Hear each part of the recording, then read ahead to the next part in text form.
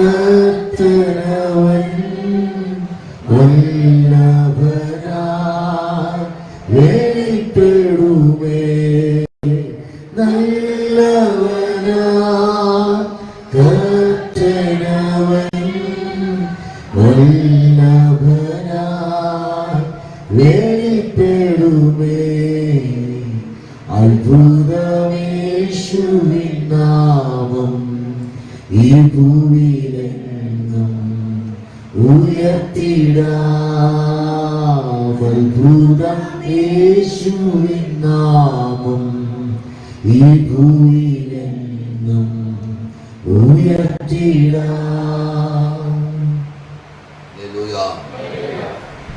കർത്താവിന്റെ പൊതുനാമം മഹത്വപ്പെടട്ടെ.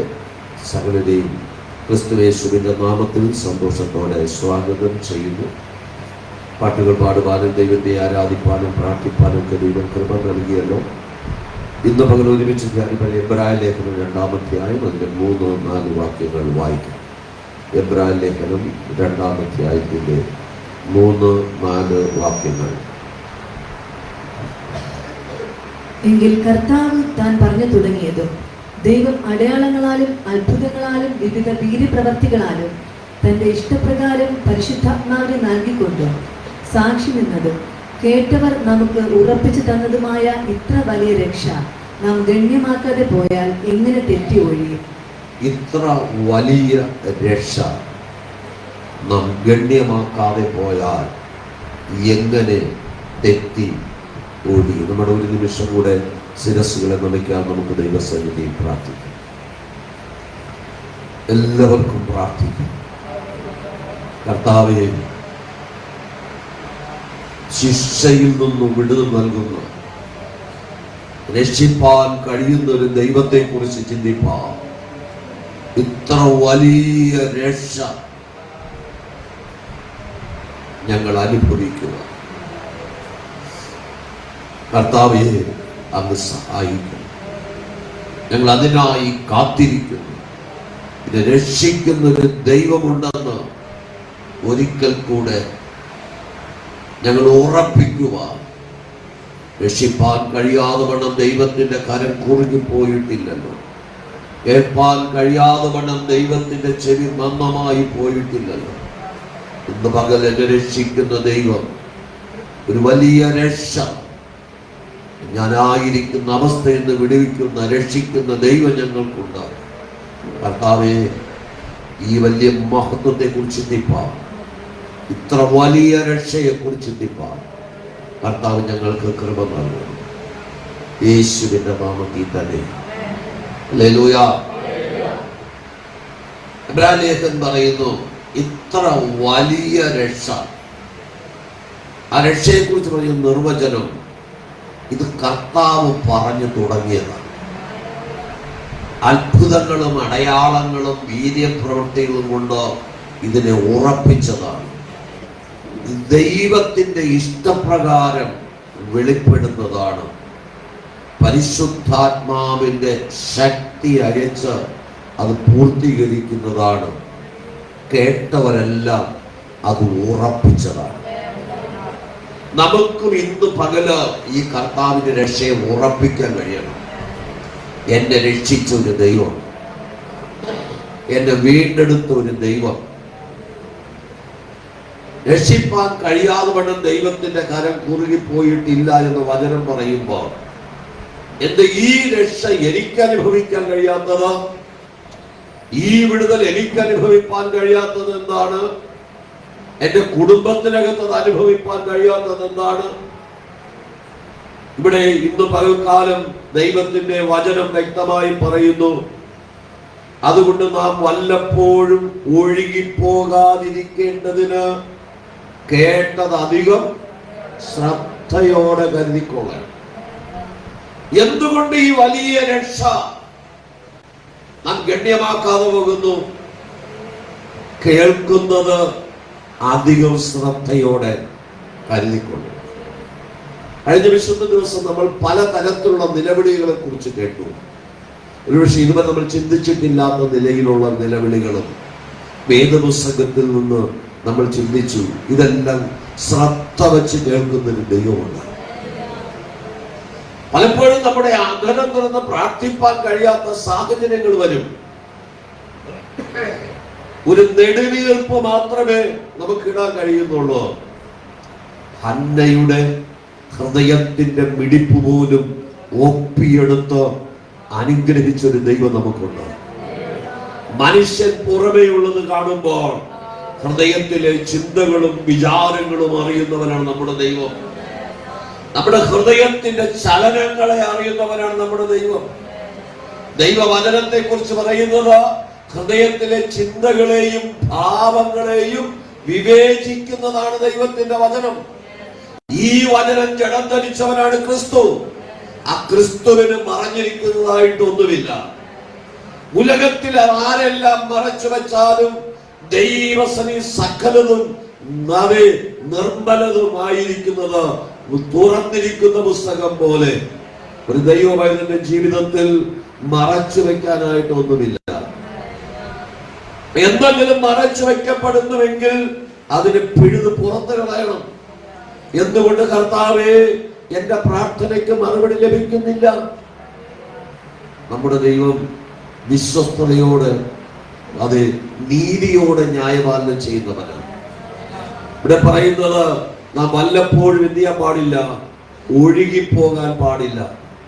അതുകൊണ്ട് കേൾക്കുന്നത് അധികം ശ്രദ്ധയോടെ കരുതേണ്ടത് ആവശ്യമായിരിക്കുന്നു. നാം കേൾക്കുന്നത് കരുതി വെക്കുവാൻ തക്ക വേണം. നമ്മൾ പലതും കരുതി വെക്കാറുണ്ട്, അല്ലേ? ഒരു ദൈവദാസൻ പറഞ്ഞത്, കഴിഞ്ഞ ഞായറാഴ്ച പ്രസംഗിച്ച വചനമേതെന്ന് ചോദിച്ചാൽ വിശ്വാസിയുടെ മനസ്സിലില്ല. പക്ഷെ കല്യാണം കഴിഞ്ഞ് വന്നു കയറിയതിന്റെ 3-ാം ദിവസം അമ്മായി അമ്മ പറഞ്ഞ കുത്തുവാക്ക് ഇപ്പോഴും ഓർപ്പിച്ചു വെച്ചിരിക്കുന്നവരുണ്ട്. കെ അബ്രഹാമിന്റെ വാക്കുകളാണ്. മറക്കേണ്ടുന്ന പലതും നമ്മളിപ്പോഴും ഓർത്തു വെച്ചിരിക്കുക. അതുകൊണ്ട് പുതിയത് എന്ത് ചെയ്യാൻ കഴിയുന്നില്ല, ഫീഡ് ചെയ്യാനായിട്ട് കഴിയുന്നില്ല. ചില മൊബൈലിലൊക്കെ അത് അപ്ഡേറ്റ് ചെയ്യാനായിട്ട് പറയും. എന്താ, കുറെയൊക്കെ ഡിലേറ്റ് ചെയ്താല് ഇനി അടുത്തത് ഇങ്ങോട്ട് ചെയ്യാൻ പറ്റുള്ളൂ, ആ സേവ് ചെയ്യാനായിട്ട് കഴിയുള്ളൂ. നമ്മുടെ ഇന്നലകളിൽ നമ്മുടെ മെമ്മറിയിലുള്ള ചിലതിനെ വചനത്തിന് വിരുദ്ധമായത്, ദൈവത്തിന് ഹിതമല്ലാത്തത്, നമ്മുടെ ആത്മീയ വളർച്ചയ്ക്ക് തടസ്സമായ ചിലതിനെ ഡിലീറ്റ് ചെയ്ത് കഴിഞ്ഞിട്ട് പുതിയത് ഫീഡ് ചെയ്യുവാൻ, വചനം കൊണ്ട് നിറയ്ക്കുവാൻ. കർത്താവ് പറയുന്നൊരു സംഭവമുണ്ട്. ഒരുവനെ വിട്ട് പിശാച് ഇറങ്ങിപ്പോയാൽ ആ ഇറങ്ങിപ്പോയ ഇടം അടിച്ചുവാരി വൃത്തിയാക്കിയിരിക്കുന്നു എന്ന് കണ്ടാൽ, ഇറങ്ങിപ്പോയ പിശാച് തന്നെക്കാൾ ശക്തന്മാരായ 7 പേരെ കൂട്ടി എന്ത് ചെയ്യും, മടങ്ങി വരും. പിന്നെ അവിടെ കയറി പാർക്കും. അവന്റെ സ്ഥിതി ആദ്യത്തെക്കാൾ വല്ലാതെയായി തീരുമെന്ന. ഇവിടെ ഒരു പിശാച് ഇറങ്ങിപ്പോയാൽ ആ ഭാഗം, പിശാച് ഇരുട്ടാണ്, ആ ഭാഗം ദൈവിക വെളിച്ചം കൊണ്ട് നിറയണം, ദൈവത്തിന്റെ വചനം കൊണ്ട് നിറയ്ക്കണം, പരിശുദ്ധാത്മാവിനാൽ നിറയപ്പെടണം. പിന്നെ വന്നാൽ അവന് കയറിയിരിക്കുവാനുള്ള ഇടമുണ്ടാകരുത്. നമ്മുടെ ഹൃദയത്തിനകത്ത് ശത്രുവിന് ഇടമുണ്ടാകരുത്. നമ്മുടെ ഭവനത്തിനകത്ത് പിശാചിന് ഇടമുണ്ടാകരുത്. നമ്മുടെ ദൈവം അത്ഭുതങ്ങളെ പ്രവർത്തിപ്പാൻ ഇന്ന് ഒരുക്കമാണ്. ഒരിക്കലൊരു ഭവനത്തിന് ചില വർഷങ്ങൾ കുറെ പ്രാർത്ഥിക്കാൻ ചെല്ലുമ്പോൾ ആ ഭവനത്തിന്റെ സിറ്റൗട്ട് എന്ന് പ്രാർത്ഥിക്കുമ്പോൾ ദൈവനോട് പറഞ്ഞു, ഈ ഭവനത്തിന്റെ ഒരു മുറി പിശാച് വസിക്കുന്ന മുറിയാണ്. ഞാൻ ആ വീട്ടുകാരോട് ചോദിച്ചു, ഈ മുറിക്കകത്ത് നിങ്ങൾ രാത്രിയിൽ ഉറങ്ങാറുണ്ടോ എന്ന് ചോദിച്ചു. ആ വീട്ടിലെ സഹോദരി പറഞ്ഞത്, പാസ്റ്ററെ, പകലെങ്കിലും ആ മുറിക്കകത്തൊന്ന് കയറിയാൽ അന്നത്തെ മുഴുവൻ സ്വസ്ഥതയും നഷ്ടപ്പെടും. ആ മുറിക്കകത്ത് കയറി കാലു ചവിട്ടി പ്രാർത്ഥിച്ച് മടങ്ങി വരുമ്പോൾ ഞങ്ങളോട് പറഞ്ഞൊരു അനുഭവമുണ്ട്. വീട്ടിന്റെ പുറകുവശത്ത് ഇറങ്ങാൻ നിവർത്തിയില്ല. മരത്തിൽ നിന്ന് അത് കൊരങ്ങൻ ചാടുന്നത് പോലെ പിശാച് ഞങ്ങളുടെ മുമ്പിൽ ചാടുന്നു. ഓരോ കുടുംബങ്ങൾക്കകത്തുള്ള പ്രതിസന്ധി അന്ന് വെള്ളം പ്രാർത്ഥിച്ച് തളിച്ചു ഇതുവരെ ഒരു അനുഭവം ഉണ്ടായിട്ടില്ല. ഭവനത്തിനകത്ത്, പല മുറിക്കകത്ത് പോലും സ്വാധീനം പറയുന്നത് പോലെ പല ജീവിതങ്ങളുടെ ഹൃദയത്തിനകത്ത് പിശാച് സ്വാധീനം പറഞ്ഞു നിൽക്കുക. ഇന്ന് പകൽക്കാലം ഈ വലിയ രക്ഷ നമ്മൾ അനുഭവിച്ചു കഴിയുമ്പോൾ നമ്മുടെ ജീവിതം വിശുദ്ധമായി തീരണം. ഏത് സമയത്ത് കർത്താവിന് വന്ന് കയറുവാനോ, കർത്താവിന് വന്ന് വസിക്കുവാനോ, യഥേഷ്ടം കർത്താവിന് പ്രവർത്തിപ്പാനോ നമ്മുടെ എടുക്കുവാൻ കഴിഞ്ഞാൽ, പരിശുദ്ധാത്മാവിനാൽ നിറയപ്പെട്ട ഒരു ജീവിതം നയിപ്പാൻ കഴിഞ്ഞാൽ പിശാചിന്റെ പ്രവൃത്തികൾക്ക് നമ്മുടെ ജീവിതത്തിൽ ഇടം വരികയില്ല. പിശാചിന് ഇടം കൊടുക്കരുതെന്നാണ് ദൈവത്തിന്റെ വചനം പറയുന്നത്. അവൻ തള്ളിക്കയറി വരുന്നവനാണ്. സ്കൂളിൽ പഠിക്കുമ്പോൾ ചില പരീക്ഷണങ്ങൾ നടത്തുന്നപ്പോഴേക്കും ഒരു അധ്യാപകൻ പറഞ്ഞത്, ഒരു ബോധപ്പിക്കകത്തുനിന്ന് അത് മുഴുവൻ വായു പുറത്തെടുത്തു കഴിഞ്ഞാൽ അതിനകത്ത് വായു ഉണ്ടാകയില്ല. പക്ഷെ ആ അടപ്പൊന്ന് തുറന്നാ മതി, ആരും പറയാതെ വായു അതിനകത്തേക്ക് കയറും. ഇതുപോലെയാണ് ശത്രു. അവനിങ്ങനെ ആരെ വിഴുങ്ങേണ്ട, ആരെ തകർക്കാം, ഏത് കുടുംബത്തിൽ നന്മയെ തകർക്കാം, തലമുറയെ വഴിതെറ്റിക്കാമെന്ന് പറഞ്ഞ് അവന് ഒരവസരം കിട്ടിയാൽ അവൻ ചാടി അകത്ത് കയറും. എത്രയോ കുഞ്ഞുങ്ങൾ ഗ്രഹിക്കപ്പെട്ട നിലയിൽ വിദ്യാഭ്യാസം ആരംഭിച്ചിട്ട് പൂർത്തീകരിക്കാൻ കഴിയാതെ വണ്ണം സുബോധം നഷ്ടപ്പെട്ട അവസ്ഥയിൽ അതേ കോഴ്സുകൾ പൂർത്തീകരിക്കാൻ കഴിയാത്ത നിലയിലായിരിക്കുന്നു. എന്താ അതിന്റെ പിന്നിൽ? അതിന്റെ പിന്നിൽ ശത്രുവിന്റെ സ്വാധീനമാണ്. ഒരു പൈതലിന് വേണ്ടി പ്രാർത്ഥിക്കാനായിട്ട് പോകുമ്പോൾ ദന്തൽ ഡോക്ടറായിട്ട് വീട്ടിൽ നിന്ന് എൻട്രൻസ് എഴുതി അഡ്മിഷൻ വാങ്ങി മെരിറ്റിൽ. പക്ഷേ 4-ാം വർഷം ആയി ഫൈനൽ സെമസ്റ്ററിൽ പഠിക്കാൻ കഴിയുന്നില്ല. ഒരു 6 മാസം കൂടെ പഠിച്ചാലും ദന്തൽ ഡോക്ടറാണ്, പക്ഷെ അത് പഠിക്കാൻ കഴിയുന്നില്ല. ഭയം.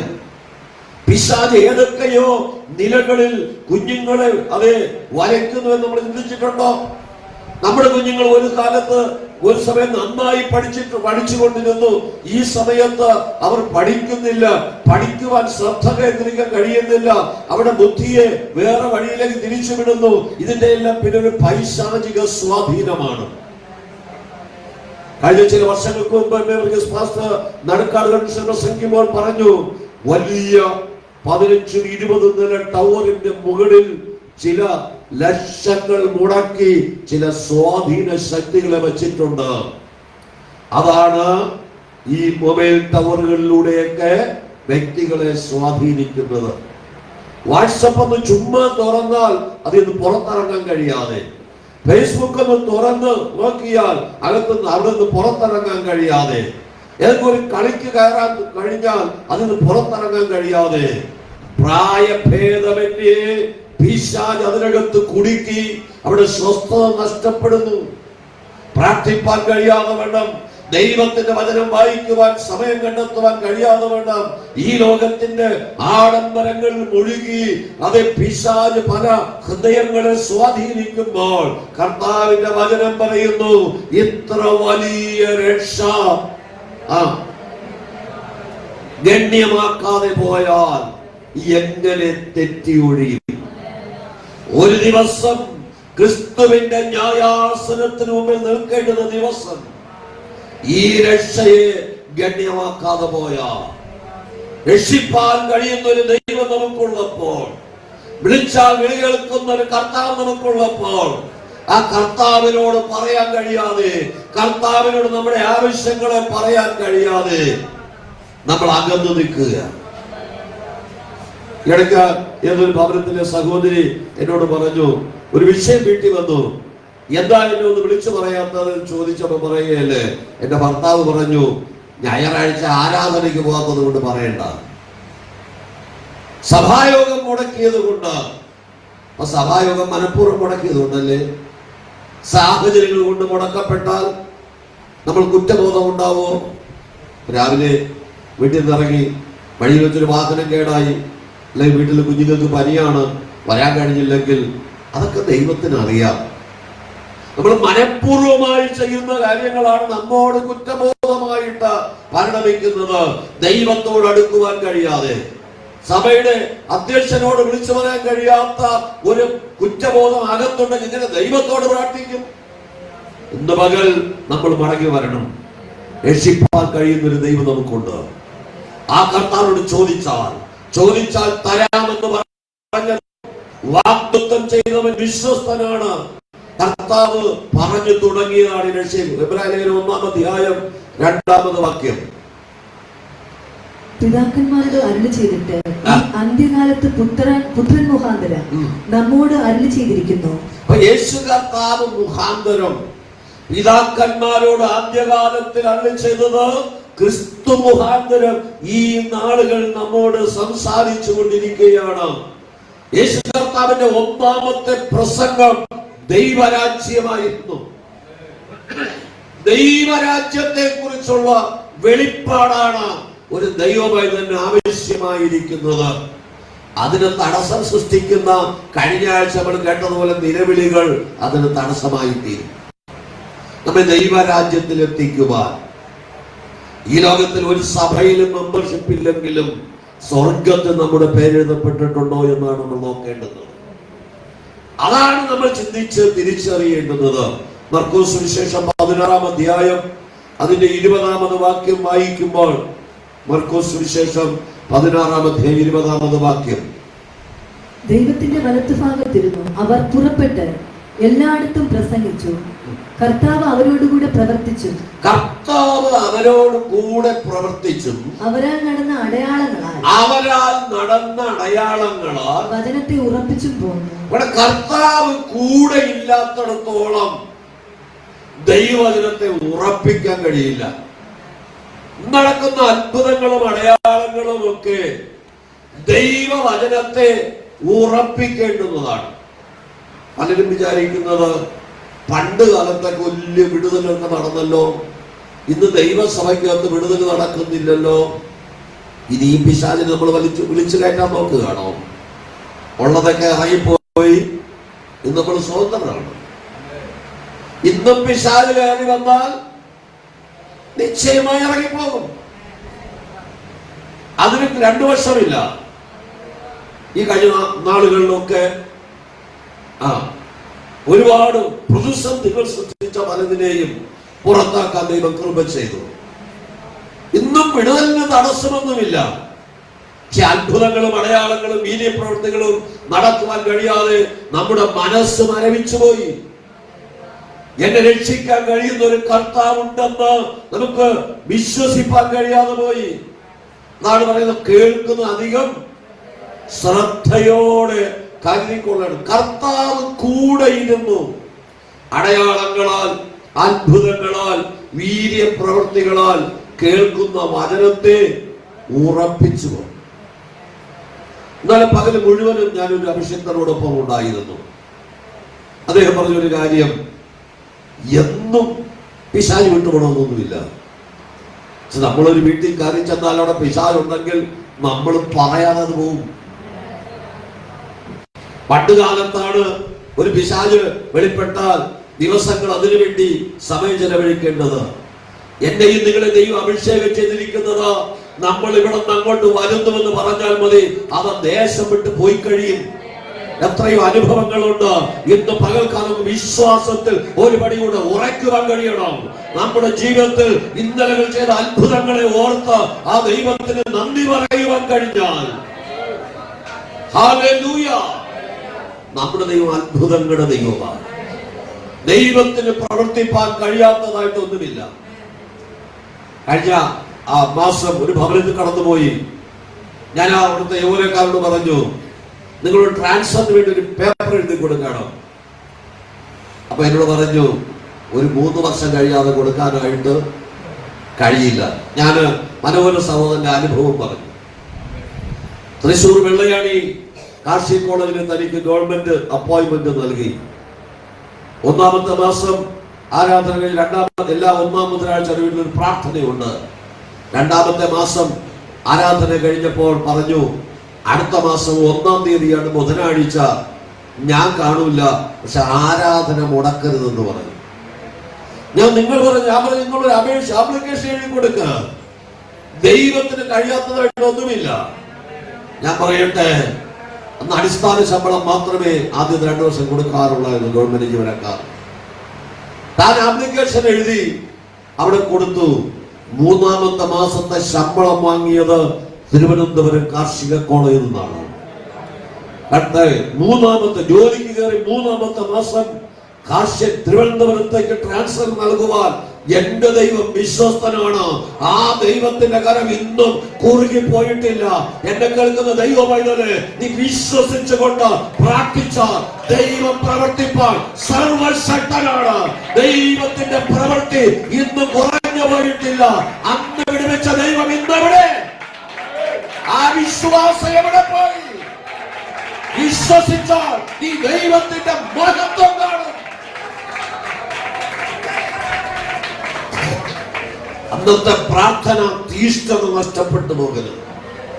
നമ്മൾ ദൈവത്തോട് അടുക്കും തോറും ഏത് വിധേനയും നമ്മെ തകർത്ത് കളയുവാൻ ശത്രുവിന് അല്പകാലമേ ഉള്ളെന്ന് അറിഞ്ഞിട്ട് അവൻ സകല വീര്യത്തോടെ എഴുന്നേറ്റിരിക്കുമ്പോൾ നമ്മൾ ഉറക്കത്തിലല്ലേ, നമ്മൾ മയക്കത്തിലല്ലേ? എന്തുകൊണ്ട് വിടുതൽ വരുന്നില്ല? വിടുവിപ്പാൻ കഴിയുന്ന ഒരു കർത്താവ് നമുക്കുണ്ട്. കർത്താവ് അപ്പോസ്തലന്മാരോട് കൂടെ ഇരുന്ന് അത്ഭുതങ്ങളാൽ, അടയാളങ്ങളാൽ, വീര്യപ്രവൃത്തികളാൽ ദൈവവചനത്തെ ഉറപ്പിച്ചു. നമ്മൾ ഈ വീര്യപ്രവൃത്തികൾ കണ്ടതല്ലേ? എടുത്തുകൊണ്ടുവരുന്ന രോഗികളെ ഇവിടെ സൗഖ്യമാക്കി പറഞ്ഞു വിട്ടതല്ലേ? 100 കണക്കിന് പൈശാചികമെന്ന് കഴിഞ്ഞത് നിങ്ങളുടെ കണ്ണുകൊണ്ട് കണ്ടതല്ലേ? ഇനി എന്തിനാ അതിന് ഒരു അടയാളത്തിന് വേണ്ടി കാത്തിരിക്കുന്നത്? ഇന്ന് വിശ്വസിക്കുവാൻ തയ്യാറായ വിടുവിപ്പാൻ ശക്തനാണ്. ഇനി ഒരു അത്ഭുതം കണ്ടിട്ടല്ല, ദൈവത്തിന്റെ പ്രവൃത്തി കണ്ടിട്ട് ആ ദൈവത്തിൽ വിശ്വസിപ്പാൻ. ഹല്ലേലൂയ. സമരിയ സ്ത്രീയോട് യേശു കർത്താവ് സുവിശേഷം പറഞ്ഞു. അവൾ യേശുവിനെ മശിഹായായിട്ട് തിരിച്ചറിഞ്ഞപ്പോൾ അവൾ വെള്ളം കോരാൻ കൊണ്ടുവന്ന കുടം കിടക്കിന്റെ കയ്യിൽ ഉപേക്ഷിച്ചിട്ട് അവൾ പട്ടണത്തിലേക്ക് ഓടി. അവിടുത്തെ മഹാന്മാരോട് പറഞ്ഞു, ഞാൻ മശിഹായെ കണ്ടെത്തിയിരിക്കുന്നു. അവർ വന്ന് യേശുവുമായി സംസാരിച്ചു കഴിഞ്ഞപ്പോൾ അവർ പറയുന്ന ഒരു പദമുണ്ട്, ഇനി മറിയയെ നിന്റെ വാക്ക് കേട്ടിട്ടല്ല, ഞങ്ങൾ നേരിട്ട് കണ്ടതാ ഈ രക്ഷയെ. ഇന്നലകളിൽ അടയാളങ്ങളും അത്ഭുതങ്ങളും വീര്യപ്രവൃത്തികളും കണ്ടത് ദൈവം നിങ്ങളെ ഉറപ്പിക്കാനാണ്. പക്ഷെ ഇന്ന് ഈ രക്ഷയെ കരസ്ഥമാക്കിയതാം മടുത്തു പോകരുത്. വിശ്വാസത്തിൽ ഒരുപടി കൂടെ വർദ്ധിക്കണം. ആ വിശ്വാസത്തോടെ പ്രാർത്ഥിച്ചാൽ സകലതും സാധ്യമാണ്. അതാണ് കർത്താവ് അവരോട് കൂടെ ഇരുന്നു. അപ്പോസ്തലരുടെ പുസ്തകം 5-ാം അധ്യായം 31-32 വാക്യങ്ങൾ. അപ്പോസ്തലരുടെ 5:31-32. ഇസ്രായേലിന് മാനസാന്തരവും പാപമോചനവും നൽകുവാൻ. ഇസ്രായേലിന് എന്തിനാ മാനസാന്തരം? നമ്മൾ വിചാരിക്കും ഞാൻ രക്ഷിക്കപ്പെട്ട ആളാണ്, സ്നാനപ്പെട്ട ആളാണ്, സത്യത്തിൽ ആത്മാവിൽ ആരാധിക്കുന്നു, ഇനി മാനസാന്തരം വേണമോ? മാനസാന്തര അനുഭവം മരണം വരെ ഉണ്ടാകണം ഒരു വ്യക്തി. രക്ഷിക്കപ്പെടുക എന്ന് പറഞ്ഞാൽ ഒരു ദിവസം സംഭവിക്കുന്നതാണ്. നമ്മുടെ പാപങ്ങൾക്ക് വേണ്ടി യേശു ക്രിസ്തു കാൽവരിയിൽ മരിച്ചു. അവന്റെ രക്തത്താൽ വീണ്ടെടുപ്പ് പ്രാപിച്ചു കഴിഞ്ഞാൽ ആ കർത്താവിനെ ഹൃദയം കൊണ്ട് വിശ്വസിക്കുകയും എനിക്ക് വേണ്ടിയല്ല കർത്താവ് മരിച്ചുവെന്ന് വായ് കൊണ്ട് ഏറ്റുപറയുകയും ചെയ്യുമ്പോൾ അവൻ രക്ഷിക്കപ്പെടും. പക്ഷെ മാനസാന്തരം ഓരോ ദിവസവും ആവശ്യമുണ്ട്. ഇവിടെ കർത്താവിന്റെ വചനം പറയുന്നത് എന്താ? ആർക്കാ മാനസാന്തരം? പാപികളുടെ മാനസാന്തരം ഒരു പ്രാവശ്യം നടക്കും. നീ ഇസ്രായേലായി കഴിഞ്ഞാൽ ദിവസവും മാനസാന്തര അനുഭവം ഉണ്ടാകണം. നാം കേൾക്കുമ്പോൾ കേൾക്കുന്നവന് ദൈവത്തോട് അടുക്കുവാൻ കഴിയണം. പ്രത്യാശയുടെ വാക്ക് പറയാൻ നമുക്ക് കഴിയണം. നമ്മൾ നിരാശയല്ലേ പറയുന്നത്? എന്തുകൊണ്ടാണ് മറ്റുള്ളവർ യേശുവിലേക്ക് വരാത്തത്? യേശുവിനെ ആരാധിച്ചിട്ട് എന്ത് കിട്ടിയെന്ന് പറയുന്നവരുടെ അടുക്കൽ നമുക്ക് പറയാൻ വ്യക്തമായ ഒരു മറുപടി ഉണ്ടാകണം. ഇന്നലകൾ നമ്മുടെ ജീവിതത്തിൽ ചെയ്ത അത്ഭുതങ്ങളെ കുറിച്ച് പറയാൻ നമുക്ക് കഴിയണം. അതാണ് സാക്ഷ്യം. ഇസ്രായേലിന്റെ മാനസാന്തരം പാപമോചനവും നൽകുവാൻ ദൈവം അവനെ പ്രഭുവായി, ദൈവം ക്രിസ്തുവിനെ പ്രഭുവായി രക്ഷിതാവായി തന്റെ വലങ്കയാൽ ഉയർത്തിയിരിക്കുന്നു. യേശുവിനെ ഇസ്രായേലിന് മാനസാന്തരത്തിനായി പാപമോചനം നൽകുവാനും അതെ പ്രഭുവായി പിതാവായ ദൈവം തന്റെ വലങ്കയാൽ ക്രിസ്തുവിനെ ഉയർത്തിയിരിക്കുന്നു. അടുത്ത ഭാഗം, ഈ വസ്തുതയ്ക്ക് ഞങ്ങളും ദൈവം തന്നെ അനുസരിക്കുന്നവർക്ക് നൽകിയ പരിശുദ്ധാത്മാവും സാക്ഷികളാകുന്നു എന്ന് ഉത്തരം പറഞ്ഞു. അപ്പോസ്തലന്മാരുടെ സമർപ്പണമാണ് യേശുവിനെ ഇസ്രായേലിന്റെ മാനസാന്തരത്തിനും പാപമോചനത്തിനും വേണ്ടി പ്രഭുവായി പിതാവായ ദൈവം കർത്താവിനെ ഉയർത്തിയിരിക്കുന്നു. അതിന് ഞങ്ങളും പരിശുദ്ധാത്മാവും സാക്ഷികളാണ്. എത്രയോ വിടുതലുകൾക്ക് സാക്ഷ്യവെച്ചതിലെ ദൈവസഭ. എന്താ ഇന്ന് നമ്മുടെ പഴയ അനുഭവത്തിലേക്ക് നമ്മൾ മാറിപ്പോകുന്നു? ആത്മാവിൽ തീഷ്ണതയോടെ, ആത്മാവിന്റെ എരിവോടെ ഓരോ ദിവസവും മുന്നേറുവാൻ തക്കവണ്ണം നമുക്ക് കഴിയണം. അപ്പോസ്തലരുടെ പുസ്തകം 2-ാം അധ്യായം 22-23 വാക്യങ്ങൾ വായിക്കുമ്പോൾ, ഇസ്രായേൽ പുരുഷന്മാരെ, ഈ വചനം കേട്ടുകൊള്ളുവിൻ. നിങ്ങൾ തന്നെ അറിയും പോലെ ദൈവം അവനെ കൊണ്ട് നിങ്ങളുടെ നടുവിൽ, യേശുവിനെ കൊണ്ട് നിങ്ങളുടെ നടുവിൽ ചെയ്യിച്ച ശക്തികളും അത്ഭുതങ്ങളും അടയാളങ്ങളും കൊണ്ട് ദൈവം നിങ്ങൾക്ക് കാണിച്ചു തന്ന പുരുഷനായി നസറേയനായ യേശുവിനെ ദൈവം തന്റെ സ്ഥിര നിർണയത്താലും മുന്നറിവിനാലും ഏൽപ്പിച്ചിട്ട് നിങ്ങൾ അവനെ അധർമ്മികളുടെ കയ്യാൽ തറപ്പിച്ചു. നിങ്ങൾ അവനെ അധർമ്മികളുടെ കയ്യാൽ ഏൽപ്പിച്ചിട്ട് ദൈവമോ മരണപാശങ്ങളെ അഴിച്ചിട്ട് അവരെ ഉയർത്തെഴുന്നേൽപ്പിച്ചു. മതി. നിങ്ങളുടെ രക്ഷയ്ക്കും വിടുതലിനും വേണ്ടി നിങ്ങൾക്കായി തന്ന ദൈവപുത്രനായ ക്രിസ്തുവിനെ നിങ്ങൾ ആ ധാർമ്മികരുടെ കയ്യിൽ ഏൽപ്പിച്ച അത് ക്രൂശിൽ തറച്ചു കൊന്നു. കർത്താവ് മരണപാശങ്ങളെ അഴിച്ച് അവനെ ഉയർപ്പിച്ചു. അത് കർത്താവിന്റെ പദ്ധതിയാണ്. നമുക്ക് കിട്ടുന്ന അവസരങ്ങൾ നമ്മൾ എങ്ങനെ പ്രയോജനപ്പെടുത്തുന്നു? നമ്മൾ കിട്ടുന്ന സാഹചര്യങ്ങൾ എങ്ങനെ നമ്മൾ വിനിയോഗിക്കുന്നു? ഇന്നും രക്ഷാകലയാണോ? കർത്താവിന്റെ പദവി ഇത്ര വലിയ രക്ഷയെ ഗണ്യമാക്കാതെ പോയാൽ എങ്ങനെ തെറ്റി ഒഴിയും? അപ്പോസ്തലർ 2:43 എല്ലാവർക്കും ഭയമായി അപ്പോസ്തലന്മാരാൽ ഏറിയ അത്ഭുതങ്ങളും അടയാളങ്ങളും നടന്നു.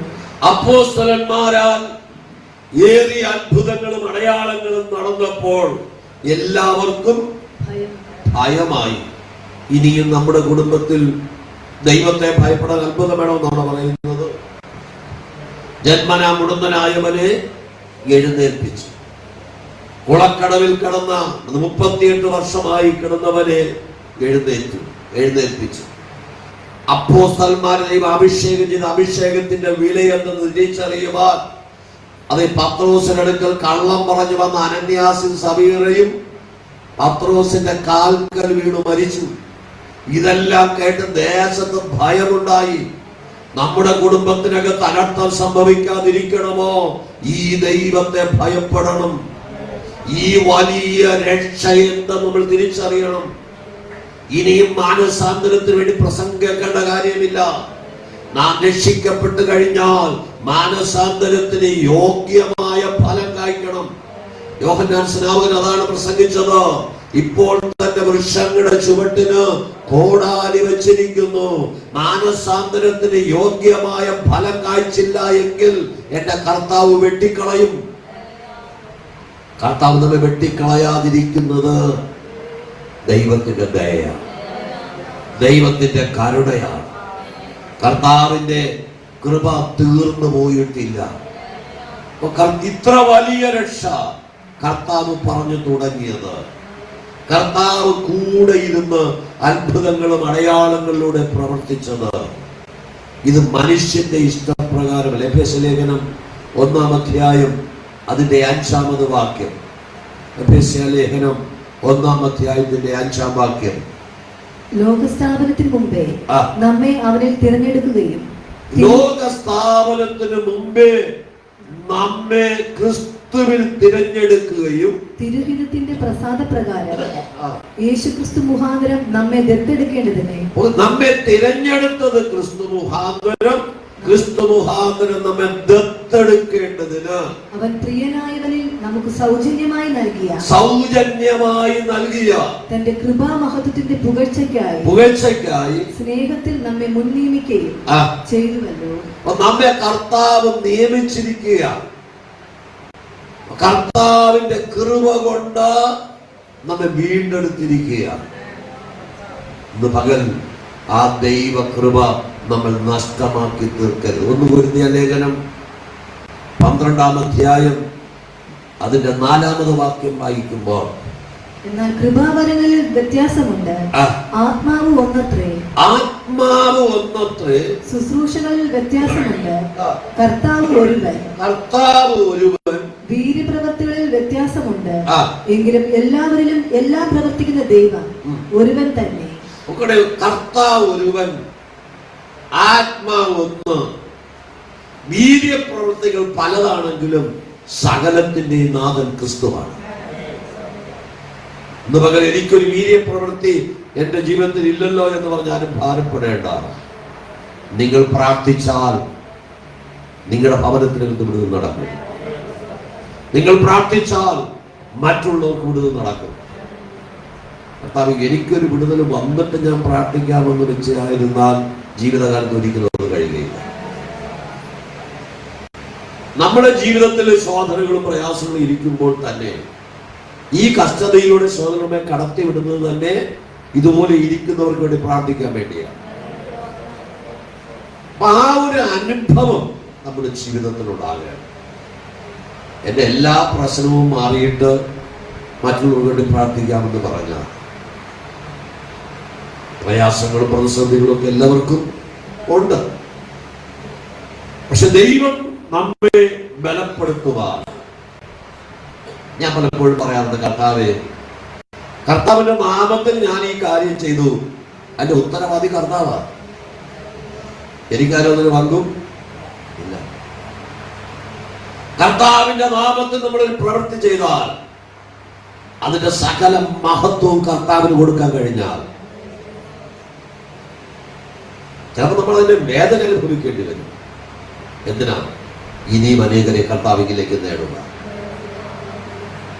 കർത്താവിന് വേണ്ടി നമുക്ക് എന്തെങ്കിലും ചെയ്യാൻ കഴിയണം. അത് ചെയ്യുവാൻ തയ്യാറായാൽ വിടുവിപ്പാൻ ദൈവം ശക്തനാണ്. കർത്താവിന്റെ സന്നിധിയിൽ പ്രാർത്ഥിക്കുന്നു.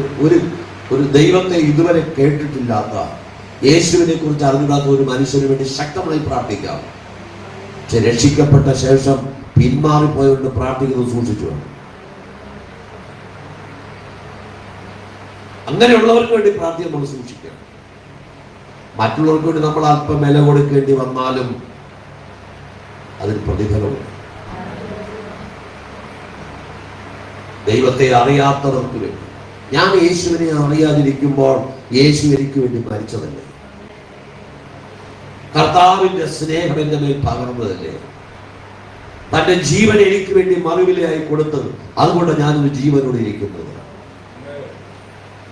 അങ്ങനെയാണെങ്കിൽ യേശുവിനെ അറിയാത്തവർക്ക് വേണ്ടി നമുക്ക് ജീവനെ കൊടുക്കുവാൻ, കർത്താവിന് സാക്ഷിയായി തീരുവാൻ നമുക്ക് കഴിഞ്ഞാൽ അതിനൊരു പ്രതിഫലമുണ്ട്. പല ആത്മാക്കളില്ല, പിന്നെ ഒരേ ആത്മാവ്, ഒരേ കർത്താവ്, പലവിധ കൃപാവരങ്ങൾ ഉണ്ടെങ്കിലും എല്ലാം പ്രവർത്തിക്കുന്നത് ഒരേ കർത്താവാണ്. ആ കർത്താവിന്റെ രക്ഷയ്ക്കായിട്ടാണ് നമ്മൾ ഈ ഭാഗത്ത് വന്നത്. ആ കർത്താവ് നമ്മെ രക്ഷിച്ചത് കൊണ്ടാണ് ഇവിടേക്ക് വന്നത്. ഇത്ര വലിയ രക്ഷയെ ഗണ്യമാക്കാതെ പോയാൽ എങ്ങനെ നമ്മൾ തെറ്റി ഒഴിയും? 1 കൊരിന്ത്യർ ലേഖനം 12-ാം അധ്യായം അതിന്റെ 11-ാമത് വാക്യം വായിക്കുമ്പോൾ, എന്നാൽ ഇത് എല്ലാം പ്രവർത്തിക്കുന്നത് താൻ ഇച്ഛിക്കും പോലെ അവനവന് അതത് വരം പകുത്തു കൊടുക്കുന്ന ഒരേ ആത്മാവ് തന്നെ. എല്ലാ പ്രവൃത്തികൾക്കും പകുത്തു കൊടുക്കുന്നത്, ഭാഗം വെച്ച് കൊടുക്കുന്നത് ഒരേ ആത്മാവാണ്. ആ ഭാഗം പൗലോസ് വിവരിക്കുന്നത്. ചിലർക്ക് വീര്യപ്രവൃത്തികൾ, ചിലർക്ക് അത്ഭുതങ്ങളെ ചെയ്യുക, ചിലർക്ക് രോഗശാന്തി. ഇതൊന്നും ആരുടെയും കുത്തകയല്ല. ഇത് ദൈവം ഓരോരുത്തർക്കും പകുത്തു കൊടുക്കുക.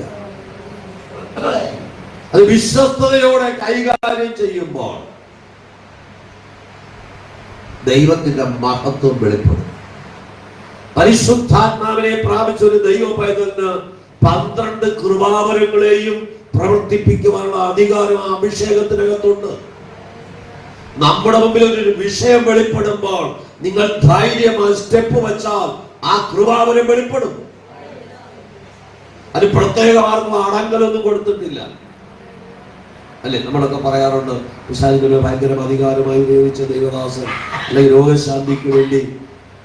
അപ്പൊ ഓരോരുത്തർക്കും ഓരോ വ്യത്യസ്തമായ കൃപാവരങ്ങൾ കൊടുത്തിട്ടുണ്ട്, ഇല്ല എന്നില്ല. ദൈവം എന്നെ ഏൽപ്പിച്ചത് ദൈവവചനം പ്രസംഗിക്കാനാണ്.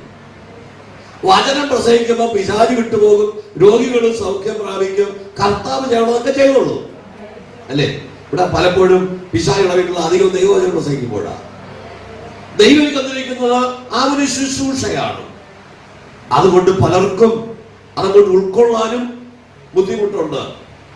പക്ഷെ ദൈവവചനത്തിനും നമ്മൾ വിധേയപ്പെട്ടു കൊടുത്താൽ, കേൾക്കുന്ന അധികം ശ്രദ്ധയോടെ കരുതുവാൻ കഴിഞ്ഞാൽ, ഓരോ ദിവസത്തേക്ക് ആവശ്യമുള്ളത് ദൈവം തരുന്നത്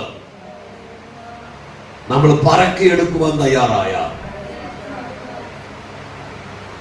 നിശ്ചയമായ അനുഗ്രഹമായി ദൈവത്തിന്റെ സന്നിധിയിൽ കേട്ടവർ ഉറപ്പിച്ചു തന്നതായ പലപ്പോഴും പലർക്കും കേൾക്കുവാൻ കഴിയുന്നില്ല. അതാണ് വിഷയം. പലരും ചിലൊക്കെ പറയാറുണ്ട്, ഒരു ചെടി കൂടെ കേട്ട് മറു ചെടി കൂടെ. അതൊരു വ്യവസ്ഥയല്ല. നമുക്ക് എന്റെ അകത്തോട്ടൊന്നും എന്തില്ല, ഇല്ല. കേട്ടത് മറന്നു. വീട്ടിൽ ചെല്ലുന്നേ പ്രസംഗിച്ച് കേട്ട വചനം, അതാണ് ശത്രു വഴിയിൽ വെച്ച് പറക്കിക്കളയുന്നത്. വഴിയിൽ വിതറുന്നതിനെ പറവകൾ എന്ത് ചെയ്യുന്നു? തിന്നോണ്ടുന്നു. ചിലതൊരു പക്ഷേ മുളച്ചാലും വീട്ടിൽ ചെല്ലുമ്പോൾ, വീട്ടിന്റെ അന്തരീക്ഷത്തിലേക്ക് ചെല്ലുമ്പോൾ അതെല്ലാം ഞെരുക്കി പോകുന്നു. ഒന്ന് ഫലം കായ്ക്കാനായിട്ട് കഴിയുന്നു. ദൈവവചനം നമ്മുടെ ജീവിതത്തിൽ ക്രിയ ചെയ്യാണ്. മത്തായി സുവിശേഷം 22-ാം അധ്യായം അതിന്റെ 5-ാമത് വാക്യം. മത്തായി സുവിശേഷം 22-ാം അധ്യായം 5-ാം വാക്യം. അവർ അത് കൂട്ടാക്കാതെ ഒരുത്തൻ തന്റെ നിലത്തിലേക്കും മറ്റൊരുത്തൻ തന്റെ വ്യാപാരത്തിനും പോയി കളഞ്ഞു. ശേഷമുള്ളവർ അവന്റെ ദാസന്മാരെ പിടിച്ച് അപമാനിച്ച് കൊന്നുകളഞ്ഞു. ഒരു യജമാനന്റെ, രാജാവിന്റെ മകന്റെ കല്യാണ സദ്യക്ക് വേണ്ടി വിളിച്ചവർ വന്നില്ല. ചിലർ നിലത്തിലേക്ക് പോയി, ചിലർ അവരുടെ വ്യാപാരത്തിലേക്ക് പോയി. ദൈവത്തെ ആരാധിക്കുവാൻ അവസരമുണ്ടായിട്ടും സ്വന്തം കാര്യങ്ങളിലേക്ക് പോയാൽ ഈ വലിയ രക്ഷയെ നമ്മൾ തള്ളിക്കളയും. രക്ഷിക്കപ്പെട്ട ഒരു ദൈവ പൈതൽ സഭായോഗം മുടക്കാൻ പാടില്ല. അത് ദൈവത്തിന്റെ നീതിയാണ്. ദൈവസന്നിധി പ്രാർത്ഥിക്കുന്ന തന്റെ മക്കൾക്ക് വേണ്ടി പ്രവർത്തിപ്പാൻ ഇന്നും കർത്താവ് ശക്തനാണ്. ദൈവത്തിന്റെ പ്രവൃത്തി നമ്മുടെ മേൽ വെളിപ്പെടുവാൻ നമുക്കെന്ത് ചെയ്യാൻ കഴിയും?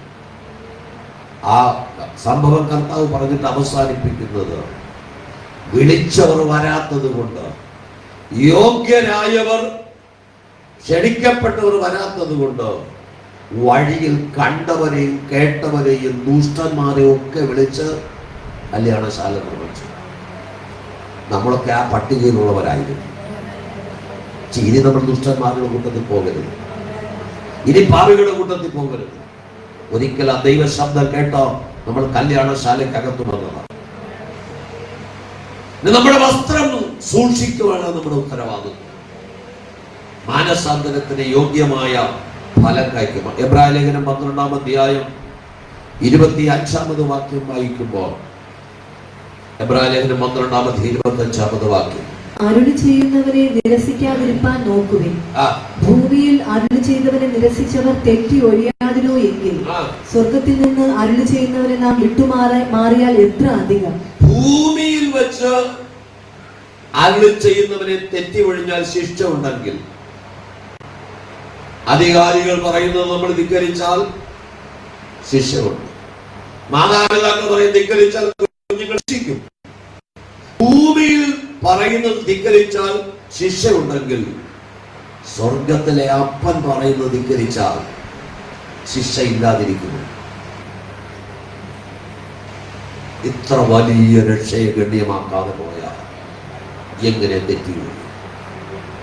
കേട്ടത് അധികം ശ്രദ്ധയോടെ കരുതിക്കൊള്ളണമെന്ന് കർത്താവിന്റെ വചനം പറയും. എബ്രായലേഖനം 10-ാം അധ്യായം 28-29 വാക്യങ്ങൾ വായിക്കുമ്പോൾ, മോശയുടെ ന്യായപ്രമാണം അനുസരിക്കാത്തവന് കരുണ കൂടാതെ 2-3 സാക്ഷികളുടെ വാമൊഴി കേട്ട് മരണശിക്ഷ കൽപ്പിക്കുന്നുവല്ലോ. ഇവിടെ മോശയുടെ ന്യായപ്രമാണം അനുസരിക്കാത്തവന്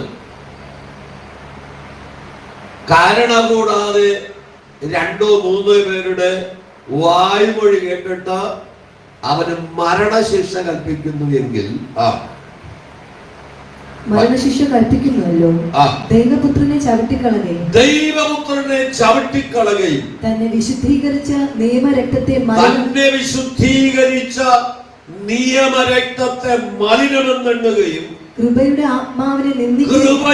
ആത്മാവിനെ നിന്ദിക്കുകയും ചെയ്തവൻ എത്ര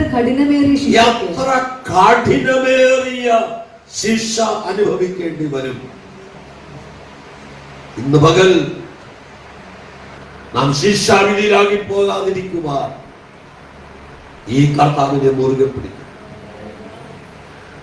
എനിക്ക് എന്നെ രക്ഷിച്ച കർത്താവിനെ മുറുകെ പിടിക്കുവാൻ നമുക്ക് കഴിയും. കഴിഞ്ഞ ആഴ്ച കേട്ടതുപോലെ നമുക്കെതിരെ ഒരു നിലവിളി ഉയരുന്നത് ദൈവസന്നിധിയിൽ. ജീവിതത്തിന്റെ എല്ലാ മേഖലകളിലും നമ്മൾ ഓർത്തിരിക്കേണ്ടുന്ന പല കാര്യങ്ങളും, പലപ്പോഴും മനഃപൂർവ്വം നമ്മൾ മറന്നു കളയുന്ന പല കാര്യങ്ങളും. ഞാനൊരു ദൈവ പൈതലാണെന്നുള്ള ബോധം നമ്മുടെ ജീവിതത്തിൽ എല്ലായ്പ്പോഴും ഉണ്ടാകും. യേശു കർത്താവ് പറഞ്ഞു, ഇത് അനേകർക്ക് വേണ്ടി ചൊരിയപ്പെടുന്ന പുതിയ നിയമത്തിലുള്ള എന്റെ രക്തമാകുന്നു.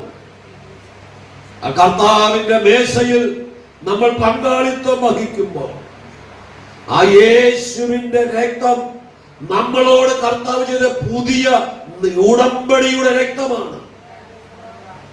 ആ രക്തം കുടിച്ചവന് ദൈവ പൈതൽ ആ വ്യവസ്ഥയിൽ തെറ്റിപ്പോകാനായിട്ട് അത് ഒരു നിയമവുമില്ല.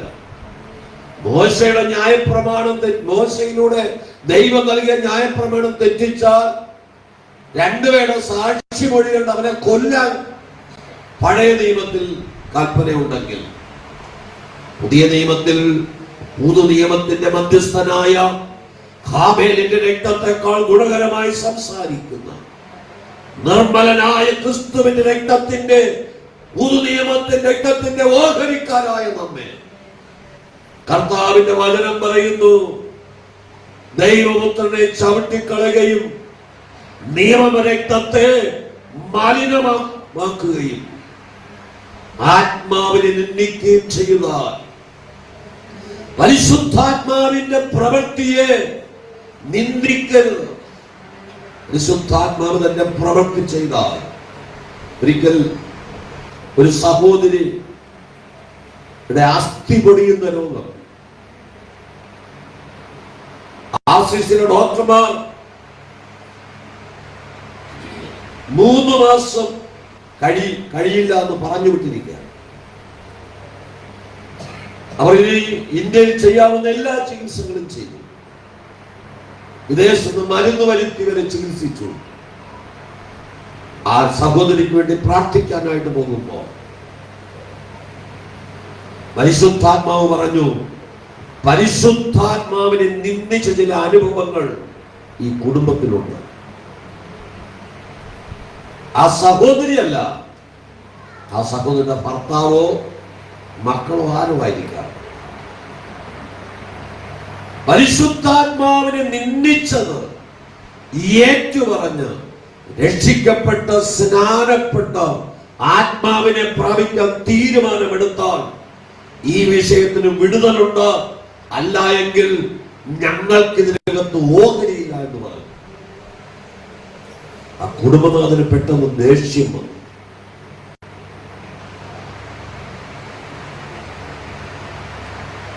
പ്രാർത്ഥന അല്പസമയം പ്രാർത്ഥിച്ചു, പോയതല്ലേ എന്ന് വെച്ചു. ആ മനുഷ്യന്റെ വാക്കിൽ നിന്ന് നിങ്ങളുടെ ഫീസ് എത്രയെന്നാണ് ഞാൻ പറഞ്ഞു. നിങ്ങൾ പറഞ്ഞു ഫീസിന് വേണ്ടി പ്രാർത്ഥിക്കുന്നവരല്ല ഞങ്ങൾ. നിങ്ങൾ തീരുമാനമെടുത്താൽ ഇവിടുത്തെ വിഷയത്തിന് വിടുതൽ വരും. അന്ന് ഞങ്ങൾ വാങ്ങിക്കൊള്ളാം നിങ്ങളുടെ സ്തോത്ര കാഴ്ചയിൽ. കർത്താവിന്റെ വചനത്തെ നിന്ദിച്ചാൽ, പരിശുദ്ധാത്മാവിനെ നിന്ദിച്ചാൽ, ഞങ്ങളെ കൂട്ടിക്കൊണ്ടുപോയ പിതാവ് 4 മാസം കഴിഞ്ഞപ്പോ എന്നെ ഫോണിൽ വിളിച്ചു പറഞ്ഞു, പാസ്റ്റർ പറഞ്ഞില്ലേ ആ സഹോദരി മരണപ്പെട്ടു. ഒരു 40 വയസ്സിൽ താഴെ പ്രായമുള്ള ഗവൺമെന്റ് സർവീസ്, കേരള ഗവൺമെന്റിന്റെ ജീവനക്കാരിയാണ്. അതൊന്നും പറഞ്ഞിട്ട് കാര്യമില്ല. പരിശുദ്ധാത്മാവിനെ നിന്ദിച്ചാൽ, ദൈവത്തെ അറിയാത്തവർ പറഞ്ഞുകൊണ്ട് അവർക്ക് അറിയില്ല. ദൈവത്തെ അറിഞ്ഞവൻ പരിശുദ്ധാത്മാവിന്റെ പ്രവൃത്തിയെ നിന്ദിച്ചാൽ, അതിനെ നിസ്സാരമായി കരുതിയാൽ, ഒരുപക്ഷെ നിങ്ങളുടെ പൈസ കൊണ്ട് കാശ് കൊടുത്ത് മരുന്ന് വാങ്ങി കഴിച്ചിട്ടായിരിക്കാം സുഖം പ്രാപിച്ചത്. ദൈവത്തിന്റെ പ്രവൃത്തിയാണെന്ന് വിശ്വസിക്കാൻ കഴിയാത്തിടത്തോളം പ്രാർത്ഥിച്ചാൽ വിടുതൽ ഉണ്ടാകുകയില്ല. അത് ഏറ്റുപറയണം. കർത്താവേ, ഞാൻ മരുന്ന് കഴിച്ചിട്ടാണ് സൗഖ്യം പ്രാപിച്ചത് ചിന്തിച്ചു പോയി. അത് പരിശുദ്ധാത്മാവിനെ നിന്ദിച്ചതാണ്. ദൈവത്തെ ഞാൻ ചികിത്സക്കെതിരായിട്ടല്ല, ഞാൻ അങ്ങനെ പറയാറില്ല. മരുന്ന് കുടിക്കരുത് ഞാൻ പറയാറില്ല ആരോടും. പക്ഷേ നിന്റെ ആശ്രയം മരുന്നിലാകരുത്, ജീവനുള്ള ദൈവത്തിങ്കലായി. ഒന്നുകൂടെ വായിക്കാം വാക്യം. എബ്രായ ലേഖനം 10-28-29 വാക്യങ്ങൾ. മോശയുടെ ന്യായപ്രമാണം അനുസരിക്കാത്തവനെ കരുണ കൂടാതെ 2-3 സാക്ഷികളുടെ വാമൊഴി കേട്ട് മരണശിക്ഷ കൽപ്പിക്കുന്നുവല്ലോ. മരണശിക്ഷ കൽപ്പിക്കുന്നുവല്ലോ. ദൈവപുത്രനെ ചവിട്ടിക്കളകയും തന്നെ വിശുദ്ധീകരിച്ച നിയമരക്തത്തെ മലിനമെന്ന് നിരൂപിക്കുകയും കൃപയുടെ ആത്മാവിനെ നിന്ദിക്കുകയും ചെയ്തവർ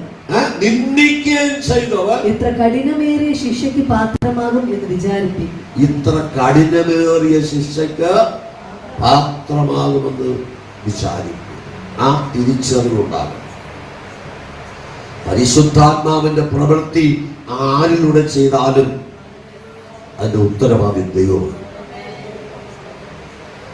ഇന്ന് പകൽ ആർക്കെങ്കിലും തോന്നുന്നുണ്ടോ എനിക്ക് ഈ ശക്തി പോരാ, എന്റെ അകത്ത് ദൈവം പകരപ്പെട്ട അഭിഷേകത്തെ ഒന്ന് കത്തിക്കണമെന്ന് ഇത്രയും താല്പര്യമുണ്ട്, എനിക്ക് ഇനിയും പഴയ ആത്മീയ അനുഭവത്തിലേക്ക് ഒന്ന് മടങ്ങണമെന്ന് താല്പര്യമുണ്ട്. നമുക്ക് എല്ലാവർക്കും എഴുന്നേൽക്കാം, ആ ദൈവത്തോട് പ്രാർത്ഥിക്കാം, കർത്താവിന്റെ സന്നിധി നമ്മെ സമർപ്പിക്കാം. കർത്താവ് നമുക്ക് വേണ്ടി അത്ഭുതങ്ങളെ ചെയ്യട്ടെ. കർത്താവ് നമുക്ക് വേണ്ടി വീര്യപ്രവൃത്തികൾ ചെയ്യട്ടെ. സ്വർഗത്തിലെ ദൈവത്തിന്റെ കരം നമ്മുടെ മേൽ വെളിപ്പെടുക. രക്ഷിപ്പാൻ കഴിയാതെ വേണം കർത്താവിന്റെ കരം കുറുകിപ്പോയിട്ടില്ല. കേൾപ്പാൻ കഴിയാതെ വേണം ദൈവത്തിന്റെ ചെവി മന്ദമായി പോയിട്ടുമില്ല. നമ്മുടെ അകൃത്യങ്ങൾ അത്രേ ദൈവത്തെയും നമ്മിൽ ഭിന്നിപ്പിച്ചിരിക്കുന്നു. നമ്മുടെ പാപങ്ങൾ അത്രേ ദൈവമുഖം കാണാതെ നമ്മെ മറച്ചിരിക്കുന്നു. ഇത്ര വലിയ രക്ഷയെ ഗണ്യമാക്കാതെ പോയാൽ ഒരു നിമിഷം കണ്ണുകൾ അടച്ച് കർത്താവിനോട് പ്രാർത്ഥിക്കാം. കർത്താവേ, എന്റെ ജീവിതത്തിൽ എവിടെയെങ്കിലും എന്നെ രക്ഷിച്ച ആ രക്ഷയെ കുറിച്ച് ഞാൻ ലജ്ജിച്ചു പോയിട്ടുണ്ടോ? എന്നെ വീണ്ടെടുത്ത ക്രിസ്തുയേശുവിന്റെ നിയമരക്തത്തെ ഞാൻ നിഷേധിച്ചിട്ടുണ്ടോ? യേശു കർത്താവിനെ ഉയർത്തേണ്ടുന്ന സ്ഥാനത്ത് കർത്താവിനെ മറന്ന് എന്നെ ഉയർത്തിയിട്ടുണ്ടോ? ദൈവപുത്രനെ ചവിട്ടിക്കളയുകയും നിയമരക്തത്തെ മലിനമെന്നുണ്ട് കൃപയുടെ ആത്മാവിനെ നിന്ദിക്കുകയും ചെയ്ത ശിക്ഷാവിധി ഉണ്ടെന്ന് കർത്താവിന്റെ വചനം പഠിപ്പിക്കും. കർത്താവെ, ഇന്ന് പകൽ ഞങ്ങൾ മടങ്ങി വരും. കണ്ണുനീരോടെ നിലവിളിയോടെ മടങ്ങി വരും. ഒരു വലിയ വിടുതൽ എനിക്ക് ആവശ്യമാണ്. എത്ര പേർക്ക് ദൈവത്തോട് പ്രാർത്ഥിക്കാൻ മനസ്സുണ്ട്? അവർക്ക് കണ്ണുനീരോടെ ദൈവത്തോട് പ്രാർത്ഥിക്കാം. കണ്ണുനീരോടെ വിതയ്ക്കുന്നവൻ ആർപ്പോടെ കൊയ്യുമെന്ന് ദൈവത്തിന്റെ വചനം. ഈ പകൽക്കാലം ഒരു വലിയ വിടുതലിനാണ്. ശനിയാഴ്ച പകൽക്കാലം നടക്കുന്ന വിടുതലിന്റെ ശുശ്രൂഷ. എനിക്ക് ഒരു പടി കൂടെ ആത്മാവിൽ വളരണം. എനിക്ക് ഒരു പടി കൂടെ ആത്മാവിൽ ബലപ്പെടണം. കർത്താവേ, അതിനായി എന്നെ സഹായിക്കണമേ എന്ന് തീരുമാനത്തോടെ പ്രാർത്ഥിക്കാമോ? എത്ര പേർക്ക് ആ തീരുമാന ഹൃദയത്തിനകത്തുണ്ട്? ദൈവത്തിന്റെ വചനത്തിൽ നമ്മെ സമർപ്പിച്ച് നമുക്ക് ഒരുമിച്ച് ദൈവത്തോട് പ്രാർത്ഥിക്കാം. കർത്താവിന്റെ ഒരു വലിയ സാന്നിധ്യം നമ്മുടെ മേൽ വെളിപ്പെടട്ടെ. കർത്താവിന്റെ വലിയ കൃപ നമ്മുടെ മേൽ പകരപ്പെടട്ടെ. എന്നെ നിങ്ങളെ ദൈവം അഭിഷേകം ചെയ്ത അഭിഷേകം നമ്മുടെ ഉള്ളിൽ വസിക്കുമ്പോൾ അതിനകത്ത് തുരുത്തിയിലെ കാറ്റടിക്കുന്നത് പോലെ പരിശുദ്ധാത്മാവിന്റെ ഒരു കാറ്റ് എന്റെ മേലും നിങ്ങളുടെ മേലും ഇപ്പോൾ ആഞ്ഞു വീശുവാൻ തക്കവണ്ണം എന്റെ അതേ സ്തോത്ര ആത്മീയ ജീവിതത്തില് പതയിൽ പിടിച്ചിരിക്കുന്ന പൊടിപടലങ്ങളും ചാമ്പലിന്റെ അതേ കഷണങ്ങളും എല്ലാം പറന്നു പോയിട്ട് ഒന്ന് ആ കത്തി ജ്വലിക്കുവാൻ തക്കവണ്ണം എന്റെ അകത്തേക്ക് വയ്ക്കുന്ന ഏത് ഇരുമ്പ് കഷ്ണവും അത് കത്തി ജ്വലിക്കത്തക്കവണ്ണം ഉരുകി മാറത്തക്കവണ്ണം അതിൻ്റെതായ അഴുക്കുകൾ മാറുവാൻ തക്കവണ്ണം ദൈവത്തിന്റെ പരിശുദ്ധാത്മാവിന്റെ ആ ഒരു വലിയ കാറ്റ് ഇന്ന് പകൽക്കാലം എന്റെ മേലും നിങ്ങളുടെ മേലും ആഞ്ഞടിക്കുവാൻ ആ ദൈവത്തിന്റെ തേജസ്സിന്റെ മഹത്വം നമ്മുടെ മേൽ വെളിപ്പെട്ടു വരുവാൻ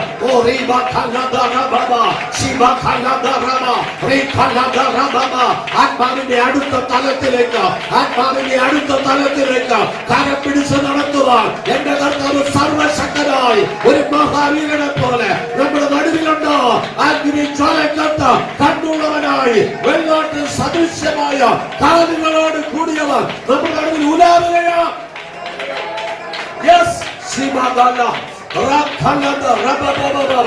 വർഷങ്ങളായി ഈ ഭാരപ്പെടുന്ന ചില വിഷയത്തിന് ഇന്ന് പകൽ ദൈവം വിടുതലയക്കുക.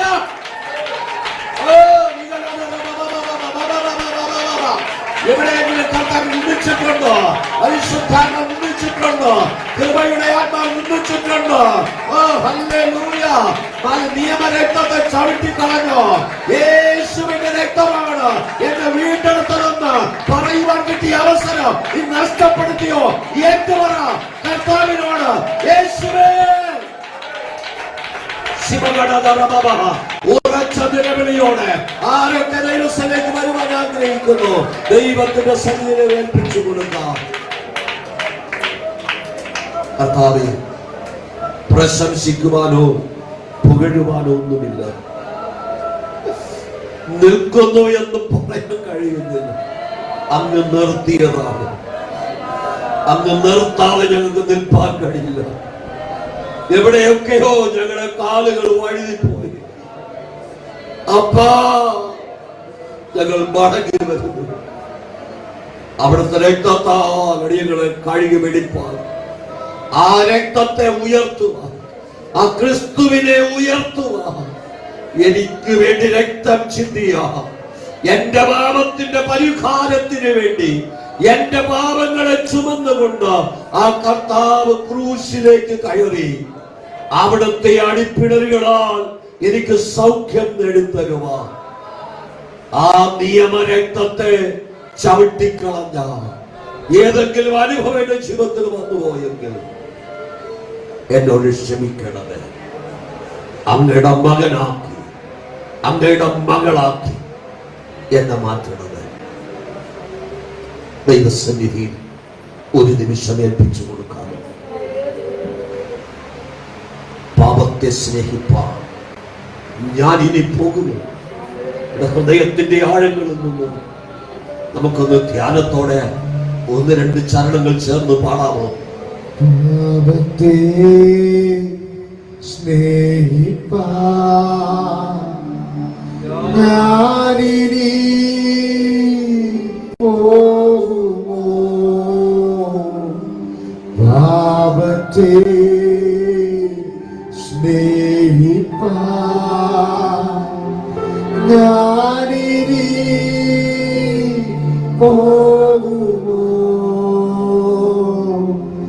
ദൈവത്തിൻ പൈതലായി ജീവിക്കും ഞാനിനി. ദൈവത്തിൻ പൈതലായി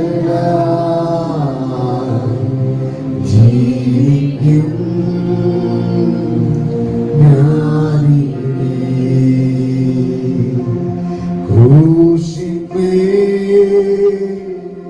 ക്രൂശിന്മേൽ കാണുന്ന ആരിതാ.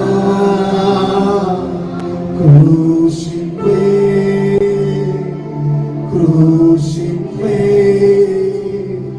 കാണുന്ന ആരിതാ.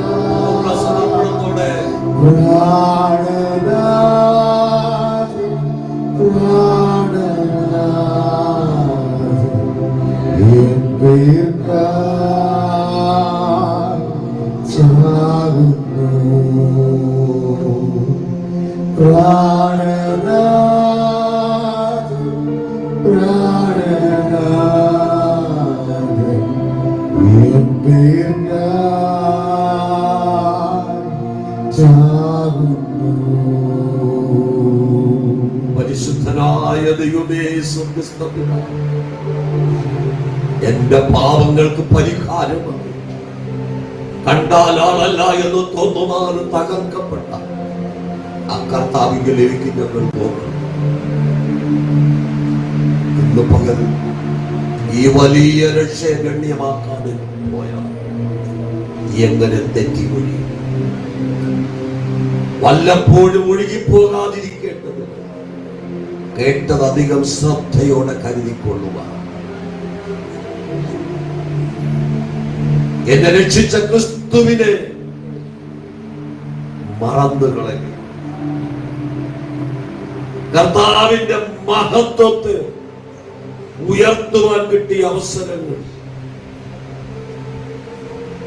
ഉയർത്താൻ കഴിയാതെ ദൈവപുത്രനെ ചവിട്ടിക്കളയും.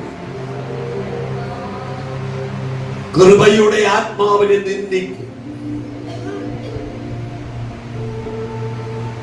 നിയമരക്തത്തെ മലിനമെന്നുണ്ട് എന്റെ കുറവ് ക്ഷമിച്ചു. യഥാർത്ഥത്തിൽ ഒരു ദൈവവേദനായി ജീവിപ്പാൻ എന്നെ സഹായിക്കും. ആ കർത്താവിന്റെ ശബ്ദം കേൾക്കുവാൻ, ആ ദൈവരാജ്യത്തിലെ സന്തോഷം അനുഭവിപ്പാൻ ദൈവം ഞങ്ങൾക്ക് കൃപ. ഞങ്ങൾ കൈവിടപ്പെട്ടു പോകരുത്, ഉപേക്ഷിക്കപ്പെട്ടു പോകരുത്, തള്ളപ്പെട്ടു പോകരുത്. കർത്താവേ, അവിടുത്തെ രാജ്യത്തിലെ സന്തോഷം അനുഭവിപ്പാനുള്ള കൃപ. ആരെല്ലാം ബലഹീനതയോടെ വന്നു കർത്താവിനെ വിടുവിച്ചുവല്ലോ. ഈ ബലത്തോടെ ഞങ്ങളെ പറഞ്ഞയക്കണം. സന്തോഷത്തോടെ ഭവനങ്ങളിൽ പോയി സ്വഭവനങ്ങളിൽ സ്വൈരമായി പാർത്തു പിന്നെ ഒരുമിച്ച് കൂടി ദൈവത്തെ മഹത്വപ്പെടുത്തും വരെ ദൈവ തേജസ്സിന്റെ മറവിൽ മറയ്ക്കും. പാട്ടുകൾ പാടുവാൻ, ഓർകൾ വായിക്കുവാൻ, പ്രാർത്ഥിപ്പാൻ, ദൈവത്തിന്റെ വചനം ഘോഷിപ്പാനൊക്കെ ദൈവം ഞങ്ങൾ കൃപ നൽകി. കർത്താവ് ഗിദെയോനെ നോക്കി പറഞ്ഞു, ഈ ബലത്തോടെ പോകാം. കർത്താവ് ഞങ്ങളെ നോക്കണത്, ഈ ബലത്തോടെ ഞങ്ങൾ പോകട്ടെ. പോകുന്ന വഴിയിൽ അത്ഭുതങ്ങൾ കാണട്ടെ. ഭവന തലത്തിനകത്ത് വിടുതലുകൾ നടക്കട്ടെ. പോകുന്ന വഴികളിൽ അത്ഭുതങ്ങളെ കാണട്ടെ. വാഹനങ്ങളെ ദൈവം സംരക്ഷിക്കും. അവിടുത്തെ കൃപ കൊണ്ടുണ്ടാവും. യേശുവിന്റെ നാമത്തിൽ പ്രാർത്ഥനകൾ കേൾക്കുന്ന പരിശുദ്ധ പിതാവേ, ആമേൻ. നമ്മുടെ കർത്താവായ യേശുക്രിസ്തുവിന്റെ കൃപയും സമാധാനം നാം ഏവരോടും, നമ്മെ കേൾപ്പിച്ച വചനങ്ങളോടും, നാം എടുത്ത തീരുമാനങ്ങളോടും കർത്താവിന്റെ വരവ് വരെ ഉണ്ടായിരിക്കുമാറാകട്ടെ. ആമേൻ. അറുക്കപ്പെട്ട കുഞ്ഞാടിന്റെ മഹത്വം. ഹല്ലേലൂയ, ഹല്ലേലൂയ, ഹല്ലേലൂയ. ആമേൻ. കർത്താവായ യേശുവേ വരെ.